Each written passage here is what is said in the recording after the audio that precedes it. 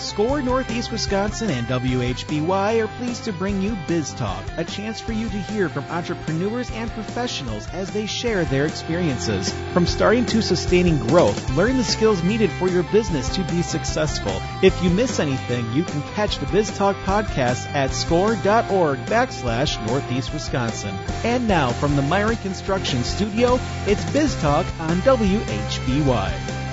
Good morning and welcome to Biz Talk. This is Rick Sense along with Terry Pinch this week. Terry, how are you doing?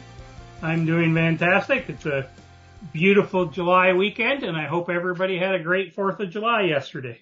Yeah, it'll be one of those weekends where it'll be really warm, but that's okay. It's better than having to shovel it, right? Yeah. Yep, that's true. Well, our guest today, Terry, is Becca Mosier. Becca is the founder and executive director at Full Circle Community Closet in New Holstein. And Becca, welcome to the show. Thank you. Thanks for having me. I appreciate it. So, Becca, could you give listeners a little bit of your background of what Full Circle Community Closet is and what your role is there? Sure. Thank you. Well, I grew up in New Holstein, and I left after college and came back, and I've had kind of a winding career path, but about 4 years ago, I started full-time substitute teaching in our school district. I'd have a teaching degree, an education degree from Madison. That's where I went to college. But while I was substitute teaching, I saw a real need in our community. I was surprised at the number of kids in our school district who didn't have everything that they needed to succeed at school. If that was clothes that fit, appropriate for the seasons, or jackets, snow pants, hats, gloves, and they would borrow stuff from school, but I think that's a lot to manage, getting things back and everything. So I saw the need, and that kind of got my gears turning. And then a friend of mine, she started a nonprofit in Sheboygan called Hello Happiness Creativity Center, and I really kind of modeled mine after hers. Just instead of crafting things is what she does, I did clothes and gear. So I started, I started it, it was about a year and a half ago, but we opened our doors on August 1st of 2024, and it's a thrift shop, 501c3 nonprofit thrift shop focusing on kids stuff. Okay. And you're a thrift shop. So could you explain to listeners what a thrift shop is versus a department store? Sure. The most common ones that people know of are Goodwill and St. Vinny's. But mine is obviously smaller than that, but donations are given by people. They drop them off and we resell them.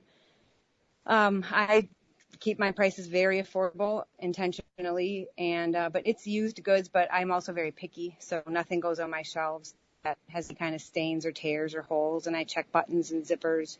But it's recycling, it's reusing, which is another reason I started it, is that it pains me to see perfectly good stuff go into the dumpsters and the garbages. My grandparents were raised during the Depression, so I think a lot of their worldview is really, imparted to me about just, using things until they're not usable anymore. So there's plenty of clothes that are in either brand new condition with tags, or you can tell they weren't really worn at all. And I'm glad to get them back in the community until they can't be worn anymore. And you've talked a little bit about the purpose of the organization. Can you maybe give the mission of your organization? Yeah. The mission of Full Circle Community Closet is to provide a place for families to have access to affordable clothes and gear for their kids. And any family. I don't have any kind of restrictions on income or anything, similar to going to Goodwill or St. Vinny's. Anybody and everybody can shop at the store, and I need them to, because what supports my ability then I give things then to teachers when, if they have a student that needs a certain size of snow pants, or even just for the teachers who have become my friends through substitute teaching, they'll let me know, like, oh, we're out of, size 6 underwear. They keep spare stuff at school. And what I realized while I was substitute teaching is that they buy that stuff out of their own pockets a lot. And I don't think they should have to do that.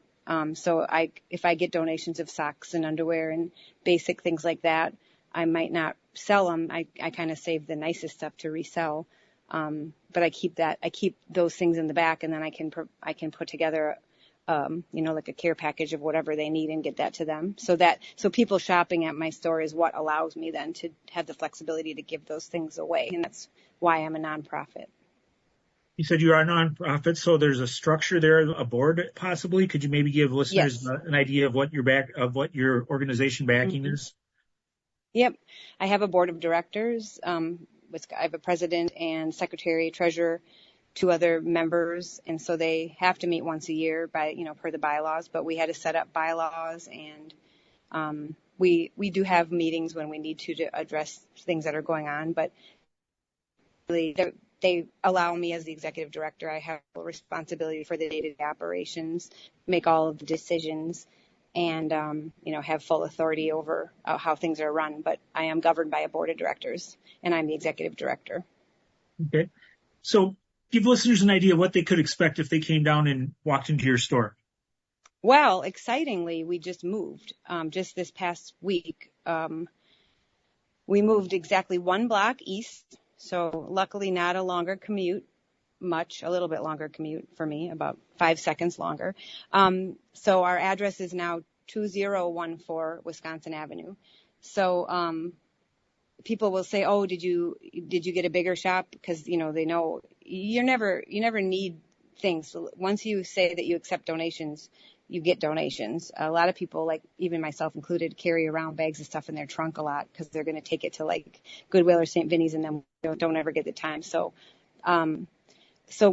we're 1 block away from where we were. And so they ask me if it's bigger, and I have to laugh because it's actually smaller. So I don't know the opposite of downsizing. I small sized. But it's actually working out really well already because I really shrunk down what I kept then for inventory. And then last week we had bag sales, and the bag sale went down in price every day. The last day it was $2 for a paper bag of stuff. It was really fun to see people get excited about that. But I'm just going back to focusing on the kids stuff. I was keeping more of the adult stuff that got donated because I had the room and I had the racks, but I'm just shrinking that back down to up to juniors though. So I do try to keep clothes that middle schoolers and high schoolers would wear and that would fit them. But so for people who ask if I take adult things, I do, and I don't mind sorting them. I do power sorting where I spend a day and just sort stuff. But so anyway, we have our new kitchen, and you come in, and we've got 6 racks of clothes that are the double racks, so they've got the top and bottom, and it's pretty much just clothes. And then I've got bins up above the racks where I have to put things in there yet because we are still moving, but that's going to be like the extra, like the backfill. Under the racks are shoes. Up front I have a display window, so we've got some mannequins in there that wear different outfits. It's kind of fun. I also kept, at the old, I had a little area for kids to play, and people really like that. A lot of parents like that because the kids can be occupied then while they shop, and kids liked it because they'd come in kind of looking for it. I modeled that after my neighbor growing up. Her name was Lucille Hollenbeck, and she lived to be over 100. She was a Lawson in New Holstein. They were part of the people that started Tecumseh engines, if you know that. I'm sure you know about that. But she was my neighbor, and she had this cast iron stove, and I found out now as an adult, I looked it up. It was this model that the salesman would come around to try to sell these cast iron stoves. It was the model, but it was like small. Anyway, I knew she had that, and so I'd go over there with my mom, and that was the first thing I would go to, is to pull that out and play with it. So I made an area like that where kids could go and pull things out to play with, and that is exactly what's happening. Kids know that it's there, and they make a beeline for it. So I wanted to be able to keep that, but I have a much smaller area in my shop now. But I did that up in the window. Put the table and the shelf with the toys up in the window so kids can play with things up there, and they've already found it. Then at the back, we have our checkout area, and we have a pass-through window now. And in the back room where we sit on the other side of the window, I've got my washer and dryer. So I wash things that need it if they don't smell neutral or better, if they have any kind of pet hair. And I do try to get stains out. I'll give a stain one attempt. If I can get it out, that's great. If I can't, then I pass it on. But and then I have to the right of that room, I took the door off of another kind of closet area, and that's all of the pants are in there, jeans and joggers and leggings and shorts and things. So it's got a room of bottoms, and then all the other stuff is hanging on the racks. It's very small, but it's pretty efficient, and I've heard good feedback already from people who have come, who were at the other one, and everybody so far has said they like it better, even though it's smaller. So sometimes smaller is better, I guess, is the lesson. I know looking at your Facebook page, you've done some special events, you do promotions and things like that. Do you find that to be an important part of the business as far as drawing people and drawing attention to your operation? Definitely. Again, myself included, I think people like a sale, like a hook, a reason to come. So anytime I can do buy one, get one free, or do things around the holidays, or run a contest, if I'm trying to look for maybe ideas about what people are wanting to see promoted, them give me ideas, and then I write their names, and I can draw a name of someone that gave me an idea and give them a gift certificate or something else. And that's really fun. So it is an important part. During the school year, I still work full time, so I have, a bit less time to be, come up with things, but I do try my best. And now with it being summer, I'm hoping to come up with, I'm going to do a grand opening. I have to still formulate the plan, but that'll be the next thing I put out there. And if somebody is coming to your store, what should they expect as far as should they budget like to be there a half hour, an hour? Do they need to bring cash? Is it a credit? Do you take credit cards, things like that? Yeah, I think that you could be in and out quickly if you have something that you need. A lot of times, I just had someone yesterday come in and ask for something kind of dressy because they had a death in the family and they had to go to a funeral, and they didn't, they needed something in the size. So we found a collared shirt, and they were in and out in probably less than 10 minutes. If someone needs something specific, we have it as well organized as we possibly can, so things are findable. But then if you are someone who likes to thrift and you want to look through every item on the rack and look at it and decide if you want to keep it, you could be in there, for a half hour or more, just looking and picking things out. And actually the hunt of the treasure hunt of the thrifting is fun for people that like to thrift. We do take all forms of payment, cash, credit card. We do take like electronic, like Apple Pay. You can pay with your phone. It's like a Square reader, so it does all of that. So yeah, I think you can budget as much or as little time as you need, and also as much or as little dollars as you need, and it'll be hopefully a good experience. Whether you're someone who likes the hunt of the thrifting and the looking, or just if you need something quick. And I have wonderful volunteers. I wouldn't be able to be open if I didn't. And a couple of them are the reason that we can even be open during the week, during the school year when I'm subbing.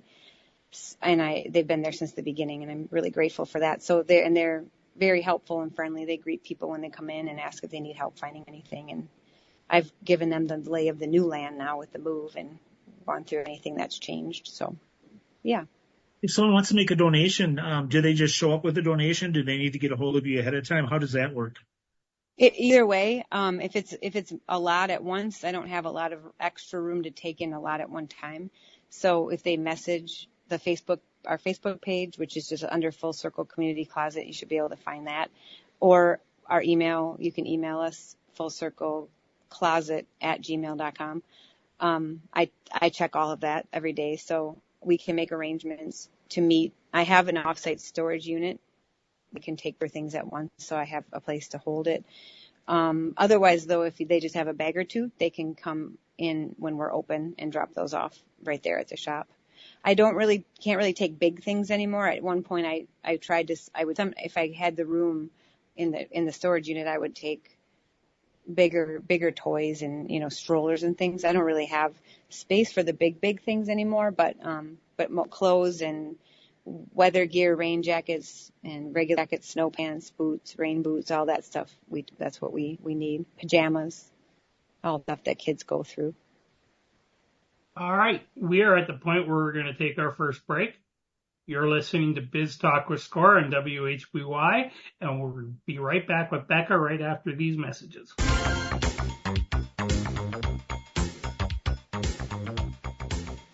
Welcome back to Biztalk with Score on WHBY. I'm Rick Sense along with Terry Pinch. Our guest this week is Becca Mosier. Becca is the founder and executive director of Full Circle Community Closet in New Holstein. And before we get back to our conversation with Becca, I'm just going to take a moment to talk to you about SCORE Northeast Wisconsin. SCORE Northeast Wisconsin serves an 18-county area in Northeast Wisconsin, plus the county of Menominee in Michigan. We have over 50 volunteers, each an expert in their field, offering entrepreneurs no-cost and confidential mentoring. Those areas of expertise include IT, social media, marketing, cash flow, accounting, strategic planning, workflow, HR, retail best practices, and many, many others.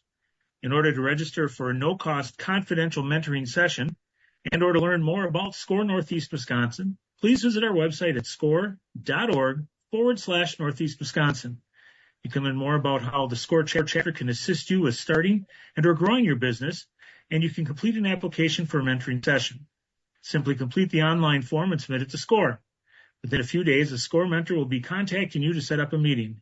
Remember, SCORE is no cost and offers experts who can offer you assistance in many different areas. To get started, visit our website at score.org/Northeast Wisconsin. And to support small business people, SCORE Northeast Wisconsin is always looking for new mentors. If you have experience that you would like to share with others, we'd love to talk to you. We welcome volunteers with experience in all aspects of business.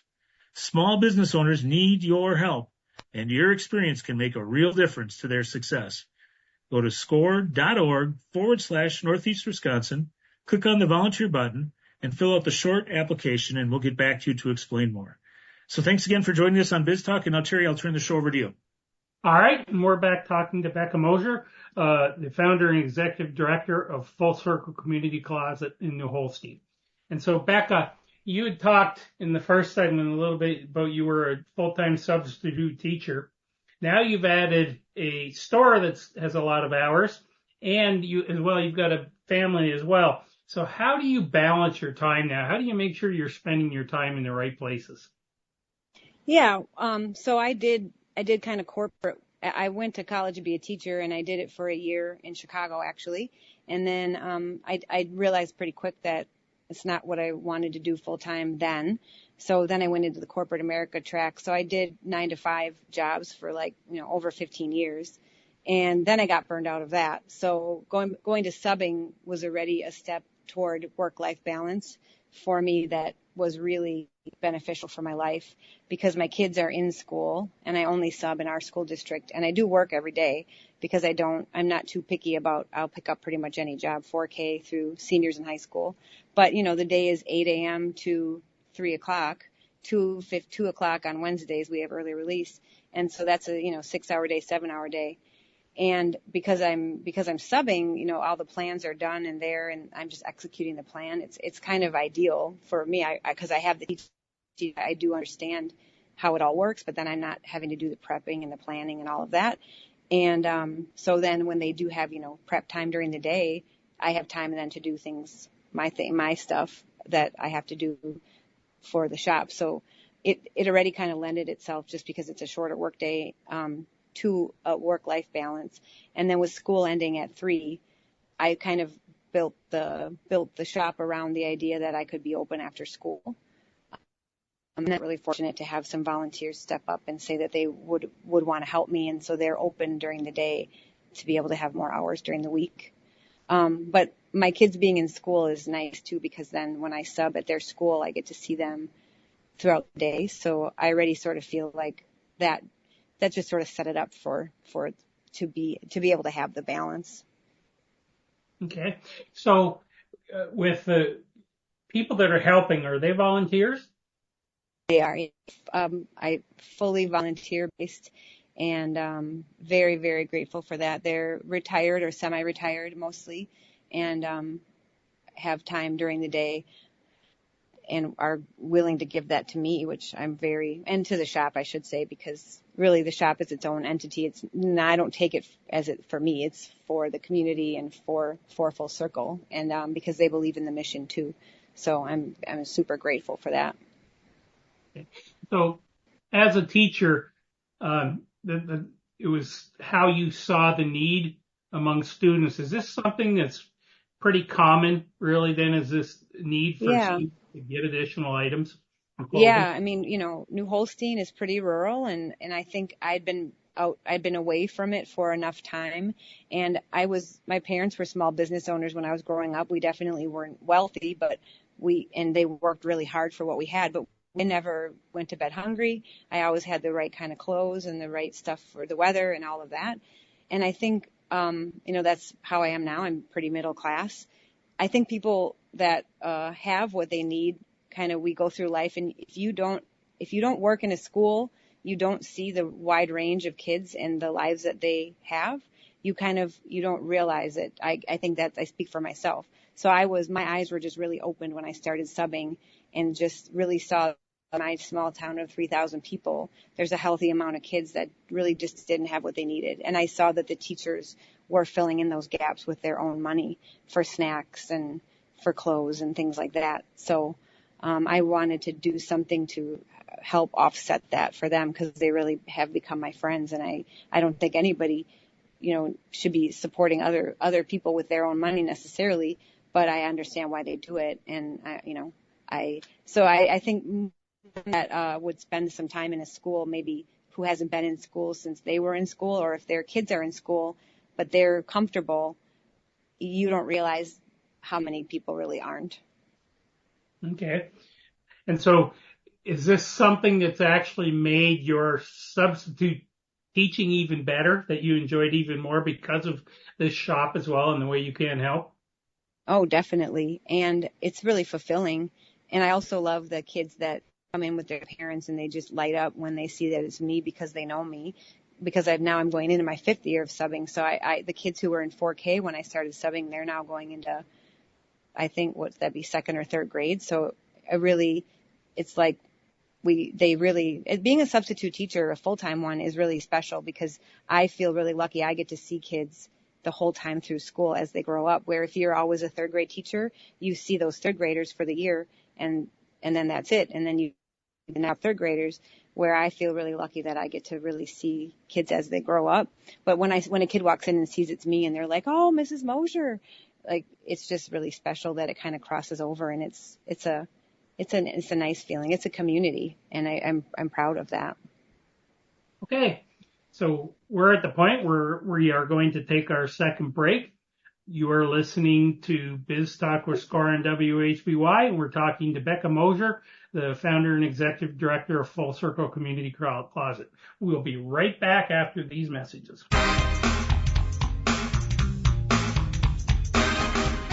Welcome back to Biztalk. We're talking to Becca Mosier, the founder and executive director of Full Circle Community Closet in New Holstein. Before we get back to Becca, I have a couple education updates to give you.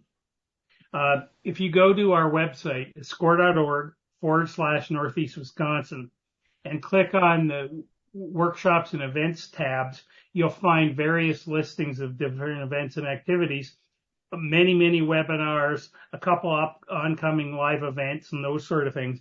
And I was going to talk about 2 events that are coming up. So you click on that tab and you go into upcoming events, and 2 of them that are coming up in the near future that may be of interest to people. The first one I'll mention, it's called Mastering Financial Choices, Tools for Smarter Business Decisions.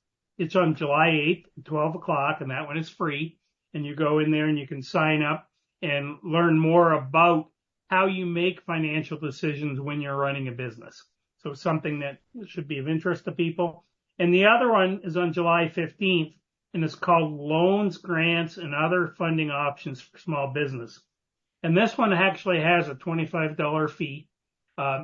Score now is where our funding is changing with some of the things the federal government is doing. We are having, for some of our programs, to start charging for some of the education. So not all, but some of the programs will have fees. And this one is $25 on July 15th at lunch at 12 o'clock. And it's called Loans, Grants, and Other Funding Options. And it's worth the $25. So sign up if you can. So again, it's score.org/Northeast Wisconsin. And you click on the workshops and events tab. And Rick, I'll turn it back to you. Thanks, Terry. Becca, I just have to ask you this question. People hear stories about thrift stores, so it's, all the unique things that come through the doors, things like that. So what are some of the more interesting items that you've seen come through your store so far? Well, one that just stands out because I really had to laugh. And a lot of times I'm sorting by myself, so I just entertain myself with, when I have to chuckle.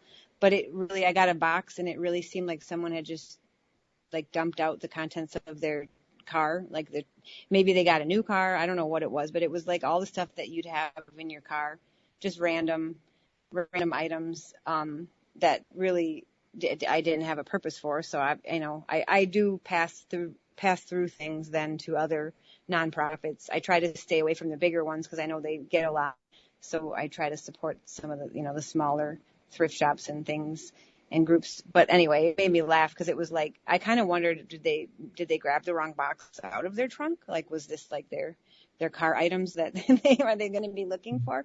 But, I think it's important for me to get out the correct messaging about what I do and what we offer, so people know then what I'm looking for and what to donate to.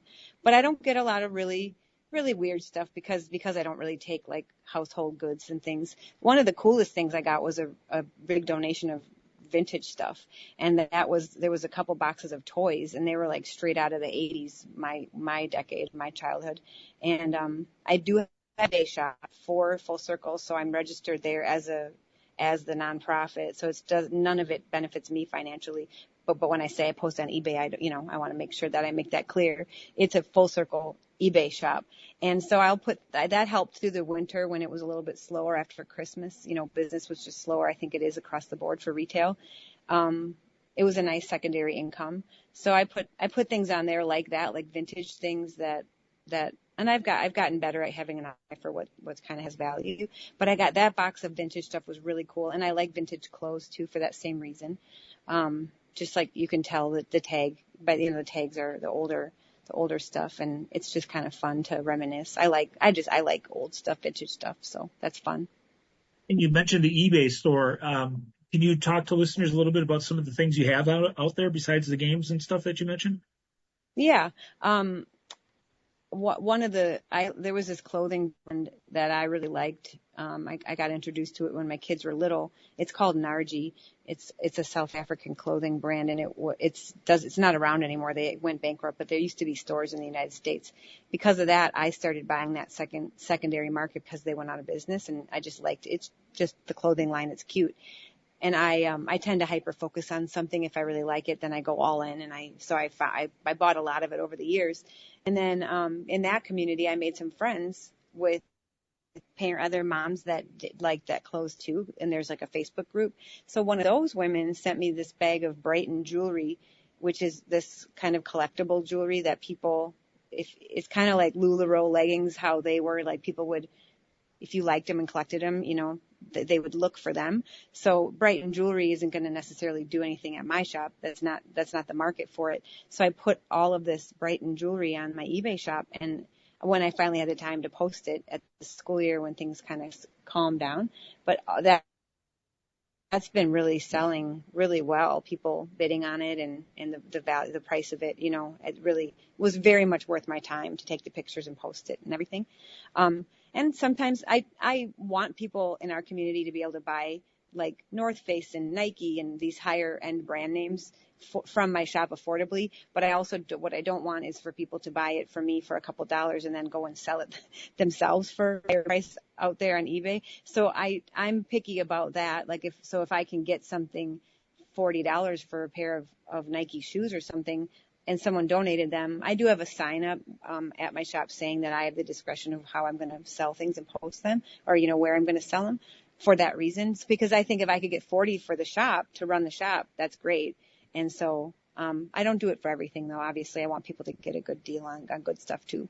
But so I definitely see stuff there, that the vintage stuff and the things that like the jewelry that I don't sell jewelry in my shop, but my friend was really nice to give that to me as a fundraiser, kind of, something that she could give me to be able to sell. And I've made a good profit on that. So for the shop. So that's great.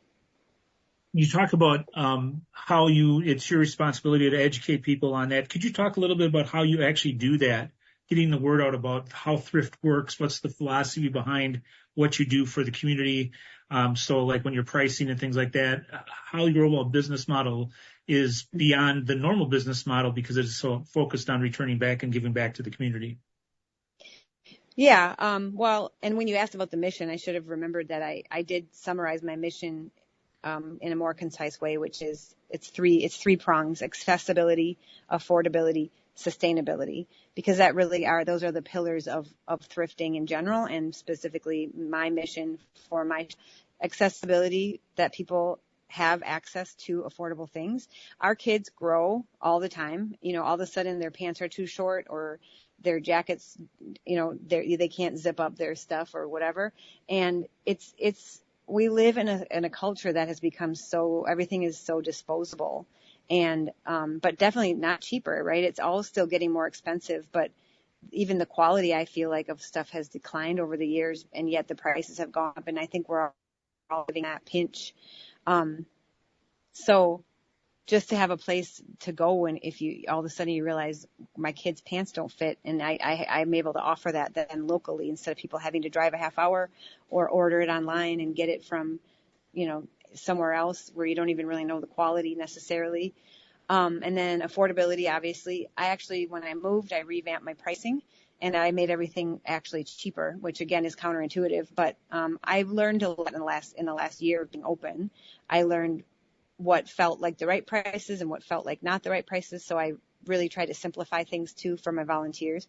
So affordability is important. Everything in my shop pretty much is $5 or less. My daughter, my 9-year-old, said, "Mom, I thought of a name for your shop, Five Below." I said, "That name has been taken. That is a national chain, but thank you for thinking of me." And then sustainability, for that same thing I talked about, being raised by my grandparents, where you used things and it's being creative. And I think it's actually really fun to be creative and figure out how to repurpose things and reuse them. And I love hand-me-downs. I loved getting them as a kid. I know lots of people roll their eyes and they didn't like to get hand-me-downs, but I liked it. My mom had a cousin who lives in New Jersey, and she had a daughter who was just a little bit older than me, a little taller. So they'd send boxes of beautiful clothes. And that was like Christmas, opening that box. And that's why I think it really lights me up to do it now, because it's that same feeling. It feels like it's a gift. And so I want to get things back into the community as many times as they can be used, instead of where they end up otherwise, which is, a landfill or worse. I watched this video because of my friend Kim with Hello Happiness in Sheboygan. I watched this video where they show how they make these huge cubes of clothes and they drop them like ocean or like overseas. They just make these giant landfills. It's really nightmare inducing. And, space is a finite thing on this earth. We don't recognize that because it is so big and vast, but everything has a limit. And I like to think I'm trying to move the needle even a little bit, that, try to be more sustainable and earth friendly. So that's kind of the three things. So how do I educate? I mean, I try to, but that's a big job too, but just making that my mission and trying to just as much as I can put out there why we do what we do and why it's important. What are some of the misconceptions that people have about thrifting that you'd like to address? That it's for people like living in poverty. So there's a lot of shame around, I think for some, feeling like I don't want to buy something used because it means that I'm needy or I'm in need, or I don't, the shame of, because again, our society puts that on there, that you can't be a taker, you can't need things too much. But honestly, we all need to be clothed, and our kids need to be clothed. And if we try to pare that down and just know if we all had the ability to share freely among ourselves what we need and what everybody needs, we could do it with a lot less waste and more efficiently. So there is no shame in hand-me-downs, and there's no shame in thrifting. And also the misconception is that my shop or any thrift shops are for people living in poverty, so that people will come to donate things, but then not realize that they also are more than welcome to shop there. And I actually need them to. I depend on them to shop there too, because that is how then I pay the rent and the rest of we have to operate, we have to run. But being a nonprofit just means that there's not a person necessarily benefiting from it. Really, I try to keep my bank account as lean as possible. I'm spending back what I'm making, putting that back into the community. One question I had is, I know I saw on your Facebook page that you do some promotions, like it was $4 Friday was a recent one. I think it was last week. Can you talk a little bit about that, how you use the promotions to drive business for the store, and how it helps you? Yeah, that was fun. That was part of I did a bag sale, and I do know people love a bag sale, which so do I. Again, I like thrifting, and I like I actually went to St. Vinny's yesterday. My mom had a dentist appointment, and St. Vinny's is right next door in Kiel. So I said, I'm not sitting in the dentist's office for 45 minutes. I'm going to St. Vinny's. And they happened to be half clothing day. So I got 3 bags of clothes for myself and my daughter. And, but I was just so happy. It makes me smile. And that wasn't even at my own shop. That was St. Vinny's. But, the $4 Friday was because last week when I was I was really liquidating a lot of stuff, especially the adult clothes, because that's the stuff I wasn't taking with me to the new shop. I did, the bag price went down every day. So Friday happened to be $4. And I love some alliteration. So anytime I can use alliteration or it was $4 Friday. And then Saturday, the bags were $2 to fill the bag. Cause I wanted it to stay in the community instead of me donating it elsewhere or, having to offload it. So that was fun.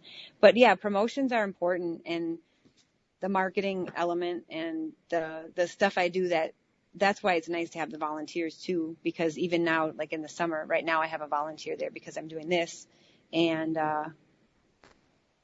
it's up then to do that back end stuff that people don't always see either, because running the shop is one thing, the operations element of just being open, but then there's all the back end stuff of running the business, which is making the promotions and doing the marketing and everything. But you have to have a hook. I mean, you can't in this day and age, you can't just quietly exist and expect people to find you.